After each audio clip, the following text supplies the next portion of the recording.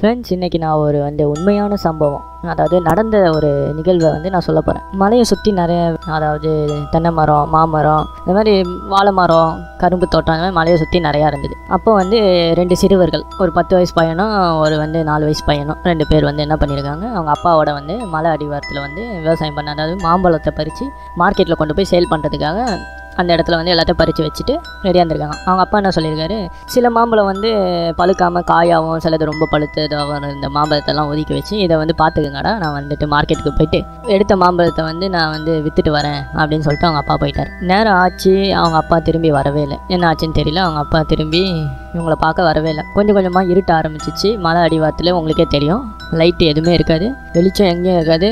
வேலை செய்கிறவங்க செஞ்சுட்டு வீட்டுக்கு போகிற டைம் அது, எல்லாம் கிளம்பிட்டு இருக்கும்போது ஒரு பனைமரம் வியாபாரி, நொங்கு அதெல்லாம் இருப்பார்ல, அந்த பனைமரம் வியாபாரி என்ன பண்ணார், இந்த 2 பசங்களை பார்த்துட்டு, என்னடா வீட்டுக்கு போகலையா, டைம் ஆகிடுச்சு அப்படின்னு சொல்லி, இந்த நேரத்தில் எங்கே இருக்கீங்களே அப்படின்னு சொல்லிட்டு சொல்லியிருக்காரு. அதுக்கு அந்த பசங்க நான் இல்லை அப்பா வரேன்னு சொன்னார். இப்போ எங்கே வருவார், டைம் ஆகிடுச்சு, சீக்கிரம் போங்க, இருட்டுறதுக்குள்ளே போங்க, இங்கே யாருமே இருக்க மாட்டாங்க, நைட்டெல்லாம் யாரும் இருக்க மாட்டாங்க, மிருகங்கள் கூட வரும் வாய்ப்பு இருக்குது, நீங்கள் போங்க. இவங்க மனசில் என்ன நினச்சிட்டாங்கன்னா, இவர் நம்மளை அமுச்சு விட்டுட்டு இருக்கிற மாம்பழத்தை இவங்க எடுத்துகிட்டு போயிடுவார் இவர் அப்படின்னு நினச்சிட்டு என்ன பண்ணுறாரு, இல்லை நாங்கள் இருக்கோம், இப்போ வரேன்னு சொல்லிட்டாரு, அப்பா வந்துடுவார். சரின்னு அவரும் கொஞ்சம் நேரம் அவங்க கூட இருந்தார். அவங்க அப்பா வர மாதிரி தெரியல, திரும்பியும் சொன்னார். ஆனால் இந்த பசங்க இல்லை நாங்கள் இருக்கோம் அப்படின்னு சொன்னாங்க. நேரம் ஆகிடுச்சு. அவரும் சரின்னு அவரும் கிளம்பிட்டார். நேரம் ஆகிடுச்சு. அதுக்கப்புறம் ரோடு தெரியாது, கிளம்பிட்டார். மணி 8 ஆகிடுச்சு. பசி, இருக்கிற மாம்பழத்தை சாப்பிட்டுட்டு இருக்கிறாங்க. ஆனால் அவங்க அப்பா வர மாதிரி தெரியல. அவ்வளோதான், மணி 9 ஆயிடுச்சு.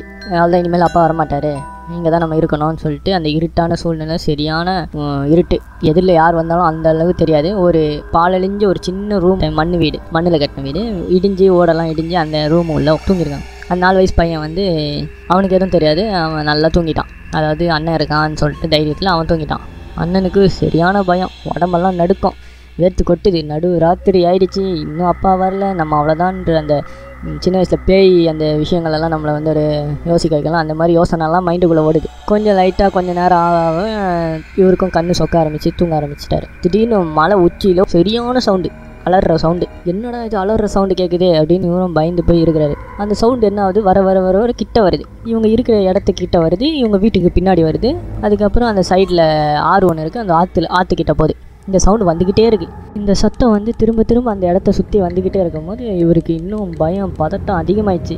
எப்படியோ ஓடிடலாமா இல்லை இங்கேயே இருக்கலாமான்ற அந்த நைட்டு ஃபுல்லாக அவருக்கு தூக்கம் வரல. கொஞ்சம் கொஞ்சமாக நேரம் ஆயிடுச்சு, விடிஞ்சிடுச்சு. விடிஞ்சிட்டோன்னே என்ன ஆச்சு, இந்த மாதிரி ஓடிட்டாங்க. அவங்க பக்கத்தில் ஒரு பாட்டி வீடு, நடந்து தான் போனோம். நடந்து போகிறதுக்கே 1 hour ஆகும். அந்த பாட்டி வீட்டுக்கு ஓடி போயிட்டு நடந்தது எல்லாமே சொன்னாங்க, இந்த மாதிரி ஆச்சு அப்படின்னு. சரின்னு அவங்களுக்கு தெரியாது. இதே மாதிரி திரும்பி ஒரு நாள் அவங்க ஃபேமிலியோடு வந்திருந்தாங்க. அப்பா 2 பசங்க, அப்புறம் அம்மா, அவங்கெல்லாம் அங்கே தங்குற மாதிரி, விற்றுட்டு அந்த இடத்துல தங்குற மாதிரி வந்தாங்க. வரும்போது அன்றைக்கி நைட்டும் பார்த்தோன்னா அதே சவுண்டு திரும்பவும் வந்தது. இப்போ அவங்க அப்பா ஒரு சாமியார், பேயெல்லாம் ஓட்டுவார், அந்த மாதிரி சாமியார். என்ன ஆயிடுச்சு, இந்த சவுண்டு கேட்டோன்னே இந்த பெரிய பையன் என்ன சொன்னால், அவங்க அப்பாட்ட நான் தான் சொன்னேன்ல அன்றைக்கே இந்த மாதிரி சவுண்டு வந்ததுன்னு. ஒன்று அவங்க அப்பா என்ன பண்ணார், கையில் ஒரு அருவா எடுத்துகிட்டு, ஒரு தீப்பந்தத்தை எடுத்துகிட்டு குட்டு குட்டுன்னு ஓடி போயிட்டு அங்கங்கே நின்று கத்த ஆரம்பிச்சிடாரு. போன்னு அந்த பேயை தொட்டுற பேயா அது என்னன்னு தெரியாது. அந்த சத்தம் வர இதை பார்த்து கத்தி அங்கங்கே தரையில் அருவா வச்சு வெட்டுன்னு வெட்டி அப்படியே துரத்துற மாதிரி பண்ணிகிட்ருக்காரு. அப்புறம் விடிஞ்ச தான் தெரியுது, அந்த பக்கத்தில் இருக்க ஆறில் இந்த நொங்கு வியாபாரி இருக்கார்ல, அவன் யாரோ ஒருத்தன் அந்த இடத்துல விழுந்து செத்துட்டான் அப்படின்னு தெரிய வந்தது. இதை பார்த்தோன்னா அந்த பையன் முடிவு பண்ணிட்டான், இனிமேல்ட்டு நான் வரமாட்டேன்ப்பா இந்த ஏரியாவுக்குள்ளேயே அப்படின்னு சொல்லிட்டு. அது பேயா இல்லை வேறு ஏதோ ஒரு விஷயமானு நம்மளுக்கு தெரியாது. இந்த மாதிரி சுவாரஸ்யமான கதைகளை கேட்க அனிமேக் ஸ்டுடியோவை லைக், ஷேர், சப்ஸ்கிரைப் பண்ணுங்கள். தேங்க்யூ, நன்றி, வணக்கம்.